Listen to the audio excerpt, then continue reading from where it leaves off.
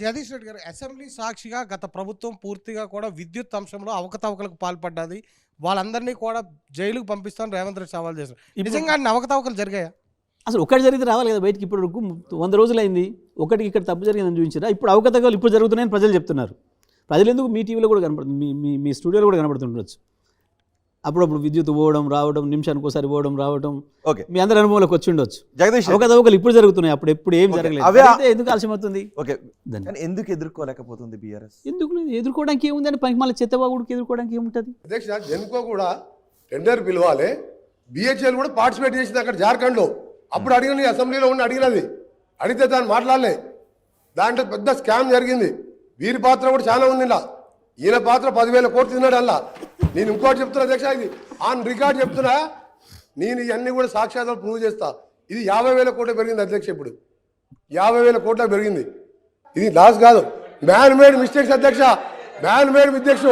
ఇది ఎవరితో కావాలని జరిగిన విషయం కాదు అధ్యక్ష. చెప్తా ఎటర్ పోతాం, అన్నీ పోతాం. మీరు తినేదంతా కక్కిపిస్తాం. మీరు అనుకుంటారు ఇవాళ మీరు వదిలిపెడతాం అనుకుంటారు అధ్యక్ష. ఎస్, ఇది బట్టలు చెప్పుకొని రోడ్ల మీద తిరిగే కేసు ఇది కొద్ది రోజుల్లో. ఎందుకంటే అసెంబ్లీలో ఫ్లోర్లో మాట్లాడుతున్న సోయిలో కూడా మాట్లాడాడు, తాగొచ్చి మాట్లాడాడే మా రోజు. అసలు అగ్రిమెంట్ అనేది బిహెచ్ఎల్కి జెన్కోకి, రెండు రాష్ట్ర ప్రభుత్వం, కేంద్ర ప్రభుత్వం సంస్థ, రాష్ట్ర ప్రభుత్వ సంస్థ. ప్రభుత్వ సంస్థల మధ్యన కూడా అవినీతి ఉంటుందా? కానీ సాధ్యమవుతుందా? ఇప్పుడు తెలుగుండి మాట్లాడినట్ట, అకల్లిక మాట్లాడినట్ట, కాలిదప్ప మాట్లాడినట్ట. నేను ఇప్పటివరకు ఈ దేశంలో గతంలో ఏమైనా ఉందో చరిత్ర నాకు తెలియదు, కానీ ఒక మంత్రి, మాజీ మంత్రి ఫ్లోర్లో విచారణ చేసుకోండి, ఏ సంస్థలతో చేసుకుంటారో, న్యాయ విచారణ చేస్తారా, సిట్టింగ్ జడ్జితోనా, కమిషన్తోనా చేసుకోండి అని చెప్పిన మంత్రిని నేను. దమ్ముంటే బయట పెట్టాలి అంటే లేదు. మరి ఇప్పుడు సప్పు లేదు. ఇప్పటి వరకు ఒకటి ఒప్పందం చేసుకుని బిహెచ్ఎల్ వెనక నుంచి మరి కొంతమందిని అందులోకి వచ్చేలాగా చేశారు.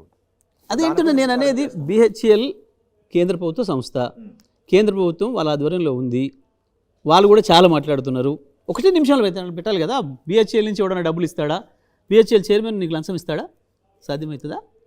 కేంద్ర ప్రభుత్వ సంస్థ చైర్మన్ ఇంకో చైర్మన్కి ఏమైనా లంచం ఇస్తాడా? తెలివిని మాట్లాడేది అసలు ఇదేమన్నా బుర్రమున రాజకీయ కూడా మాట్లాడారు. కోమటిరెడ్డి ఆరోపించినట్టుగా 10,000 కోట్లు ఏం చేశారు? ఆయన దగ్గరే ఉండి ఆయనకే ఇచ్చానేమో, అది అడుగురు మరి ఆయన. ఇది మెంటల్ కేసు తప్ప బుర్రమునోడు మాట్లాడతారు అసలు ఆ మాటలు? జగదీష్ రెడ్డి జరిగిన అగ్రిమెంట్ 20,000 ఆడ, రెండు సంస్థల మధ్యన 19,000కు 20,000కు ఏం తెలుగులో మాట్లాడరా అవి? జగదీష్ రెడ్డి గారు, విద్యుత్ వీళ్ళని మీ మీడియా మిత్రులు తీసుకుంటారు హైదరాబాద్, కానీ వీళ్ళని పిచ్చి బ్రదర్స్ లాగా చూస్తారు, మా దగ్గర మెంటల్ బ్రదర్స్ లాగా చూస్తారు వీళ్ళని. ఓకే, ఇంకొక బ్రదర్ మాట్లాడారు కోమటిరెడ్డి, రాజగోపాల్ రెడ్డి కూడా మాట్లాడారు. రాజగోపాల్ రెడ్డి ఏం మాట్లాడారో చూసినప్పుడు మాట్లాడారు. రాజగోపాల్ రెడ్డి బయట ఎన్నో ఆశలతోటి ఆత్మ బలిదానంతో వచ్చిన తెలంగాణని అప్పులపాలు చేసి ఈయన అంటాడు, మన మంత్రి గారు, మాజీ మంత్రి గారు కిరసనాయిల దీపంలో చదువుకున్నట్టు. ఈ కిరసనాయిల దీపంలో చదువుకున్న మాజీ మంత్రి, కిరాయి ఇంట్లో ఉన్న మాజీ మంత్రి 2014లో ఈరోజు నాగారం తుంగతుర్తిలో బంగ్లా కట్టి 1000 కోట్లు ఎట్లా సంపాదించిన అధ్యక్ష? ఎక్కడికి వెళ్ళి వచ్చినాయి అధ్యక్ష? రాష్ట్రాన్ని అప్పులోకి నెట్టేసి, ఈ పవర్ మినిస్టరు విద్యుత్ సంస్థలను అప్పులోకి నెట్టేసి, ఈయన మంత్రిగా మాత్రం భూములు, ఇసుక మాఫియా 1000 కోట్లు దోసుకున్న చరిత్ర ఈయనది మాకు చెప్తున్న అధ్యక్ష. మెంటల్ కేసులు ఇప్పుడు కూడా కిరాయి ఇంట్లో ఉన్నా, ఇప్పుడు 1,000 కోట్ల రూపాయలు సంపాదించారు. ఇప్పుడు కూడా ఈయన 1000 అంటాడు, అలా నేను 10,000 అంటాడు. మళ్ళీ ఆయన 10,000 తర్వాత మీరు ఎందుకో తొందరపడి తీసేసారు. ఇంకోటి 20,000 కూడా ఉంది దాంట్లో, అలా అన్న దాంట్లో 20,000 కూడా ఉంది. అదే మరి వాళ్ళు చెప్పాలి, చూపిస్తే కనీసం కొంతనే తీసుకుందాం. దాంట్లో ఇద్దరు అల్లములు వచ్చేస్తే ఏడ దాచిపెట్టిన ఒక గడపర పట్టుకొస్తే తీద్దాం. గింత మెంటల్ కేసులు వీళ్ళు ఏడ మాట్లాడుతున్నామో సోయలేదు. అయితే నేను మీకు ఇంకొకటి చెప్పాలి, తప్పకుండా వీళ్ళ మీద తగు సందర్భంలో బ్రహ్మాండమైన చర్యలు తీసుకుంటాను నేను. ఎప్పుడు ఎట్లా ఇరికేయాలనో, ఎక్కడ పెట్టాలనో అన్నీ మంచి రికార్డ్ అయి ఉంటున్నాయి. తప్పించుకోలేరు ఇక దొంగలు. మీడియా ముందు మాట్లాడితేనేమో నేను అట్లనే, మీడియా వాళ్ళు ఇట్లా అన్నారు అందరూ. కానీ నాకు మంచిగా దొరికారు ఫ్లోర్లో. అందుకే నేను ఆ రోజు అవకాశం వదిలిపెట్టకుండా నేను అవకాశం తీసుకున్నా, మంచిగా ఇరికిస్తా. వీళ్ళు మాట్లాడిన మాటలకు 10 ఏళ్ళు ఎంత చెత్తబాగుడు వాగినా వీళ్ళు, నేను మాట్లాడలేదు, ఇప్పుడు రియాక్ట్ కాలేదు. జిల్లాలో ప్రతి సందర్భంలో ఇట్లాంటి చెత్త మాటలే. కానీ నేను ఫ్లోర్లో కాబట్టి వెంటనే రియాక్ట్ అయినా. ఎక్కడ సందర్భం దొరకాలనుకున్నా దొరికిరు మంచిగా. ఈ దొంగల మాటలనే ఏం మాటలు చేయబోతున్నారు ఇప్పుడు ఆ మాటలను ఏం చేయబోతున్నారు? తప్పకుండా ఎక్కడ ఎవరితోనే మాట్లాడారుగా. ఎక్కడ ఎప్పుడు ఏం చేయాలో నాకు బాగా తెలుసు. ఆ సందర్భంలో చేస్తాను నేను, అది మరొక సందర్భంలో చెప్తా. అంటే ఆల్రెడీ రెడీ చేసుకుని పెట్టి చేస్తూనే ఉన్నా, ఎందుకు పెడతా. కానీ అసలు విద్యుత్ శాఖలో ఏం జరిగింది? కేంద్ర ప్రభుత్వం విద్యుత్ తక్కువ శాఖలో- ధరకే విద్యుత్తుని సప్లై చేస్తామని అంటే ఎక్కువ ధరకు ఛత్తీస్గఢ్తో ఒప్పందం చేసుకున్నారు. ఉపయోగించిన కారిడార్ కూడా 100 కోట్ల రూపాయలు అదే rent కడుతున్నారు. నేను అదే అంటున్నాను, ఎక్కడ జరిగిందో లోపం, ఎక్కడ జరిగిందో మిస్టేక్ చూపించాలి. ఛత్తీస్గఢ్ది గవర్నమెంట్ పవర్, ఉమ్. ఇక్కడ తీసుకుంటుంది మన విద్యుత్ సంస్థ. ధర నిర్ణయించేది ఈఆర్సీ. ధర ఎప్పుడు కూడా నిర్ణయించేది ఈఆర్సీ తప్ప ధర మీరు నేను నిర్ణయించుకోవడానికి లేదు. మీరు ఉత్పత్తిదారుడు, నేను కొనుగోలుదారుడైనా ధర నిర్ణయించేది ఈఆర్సీ. ధర నిర్ణయించి ఒక ప్రభుత్వం నుంచి ఇంకో ప్రభుత్వానికి ఇచ్చినప్పుడు అందులో అవినీతి జరిగిందంటే వాడు నవ్వుతాడు, వాడు తెలిసినవాడు. ఒక అబద్ధాన్ని 100 సార్లు ప్రచారం చేసి కొంత మీడియా హౌసెస్ వాళ్ళకి అనుకూలంగా వచ్చినాయి. తెలంగాణ ఉద్యమం పైన వ్యతిరేకత ఉన్న వాళ్ళు, తెలంగాణ రాష్ట్రం ఏర్పడడం ఇష్టం లేని కొన్ని మీడియా సంస్థలకి వీళ్ళు ముందుకు వచ్చిన తర్వాత దొరికింది వాళ్ళకు కోతి కొబ్బరికాయ దొరికినట్టు దొరికి వాళ్ళు చేసిన ప్రచారం కొంత దుర్మార్గమైన ప్రచారం. దాన్ని కొంత ప్రజల్ని మోసం చేసి నమ్మించే అవకాశం వచ్చింది తప్ప ఆడ ఏమీ లేదు.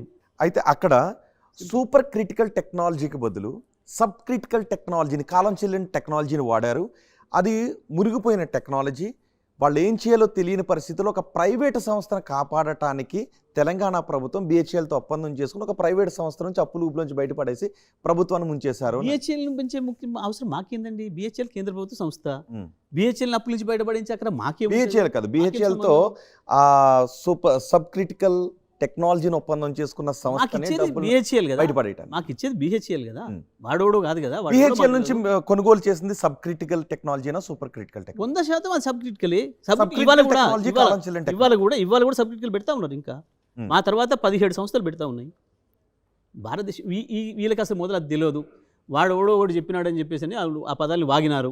సూపర్ క్రిటికల్కి సబ్ క్రిటికల్కి ఉండే తేడా ఏంది, అసలు ఎందుకు దీన్ని ఎందుకు వాడకూడదు, దాన్ని ఎందుకు వాడాలి? ప్రపంచం మొత్తంలో కూడా 2013-14 వరకు కూడా ఉన్న టెక్నాలజీ సబ్ క్రిటికల్ టెక్నాలజీ. 2014 తర్వాత 600 పైన మెగావాట్లది పెడితే దాన్ని సూపర్ క్రిటికల్ టెక్నాలజీ అంటారు.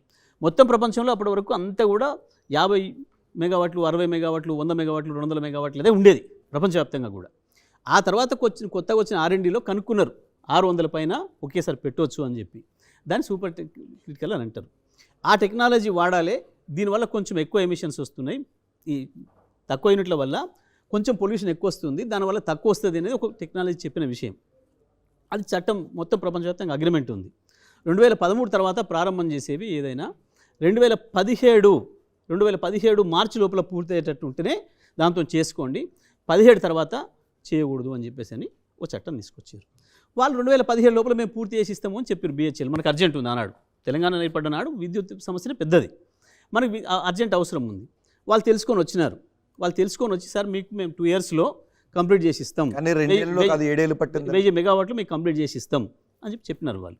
ఒక కేంద్ర ప్రభుత్వ సంస్థ, భారతదేశంలో నవరత్నాలు అని పిలిచే సంస్థలు మీకు తెలుసు, నవరత్నాలు అని పిలుస్తారు వాటిని. 9 సంస్థలు కేంద్ర ప్రభుత్వ రంగ సంస్థలు, ప్రపంచంలోనే అద్భుతమైన పర్ఫార్మెన్స్ ఉన్న సంస్థలు. దాన్ని నమ్మకుండా ఎట్లుంటాం మనం? వాళ్ళు వచ్చి పెడతామని చెప్పినారు. తప్పకుండా మాకు అర్జెంటుగా అవసరం ఉంది, ఎంత వీలైతే అంత తొందరగా 2 నెలలు చేయడం అంటే చాలా గొప్ప అద్భుతమైన విషయం, చేసి ఇవ్వండి అని చెప్పినాము. వాళ్ళు తీసుకొచ్చి పెట్టినారు. దురదృష్టం ఏంది అని అంటే ఎవడో ఒకడు వైజాగ్ సంబంధించినోడు NGTలో కేసు వేయడం, NGT స్టే ఇవ్వడం, దాంతో డిలే అయింది. అందరికీ తెలుసు ఆ విషయం.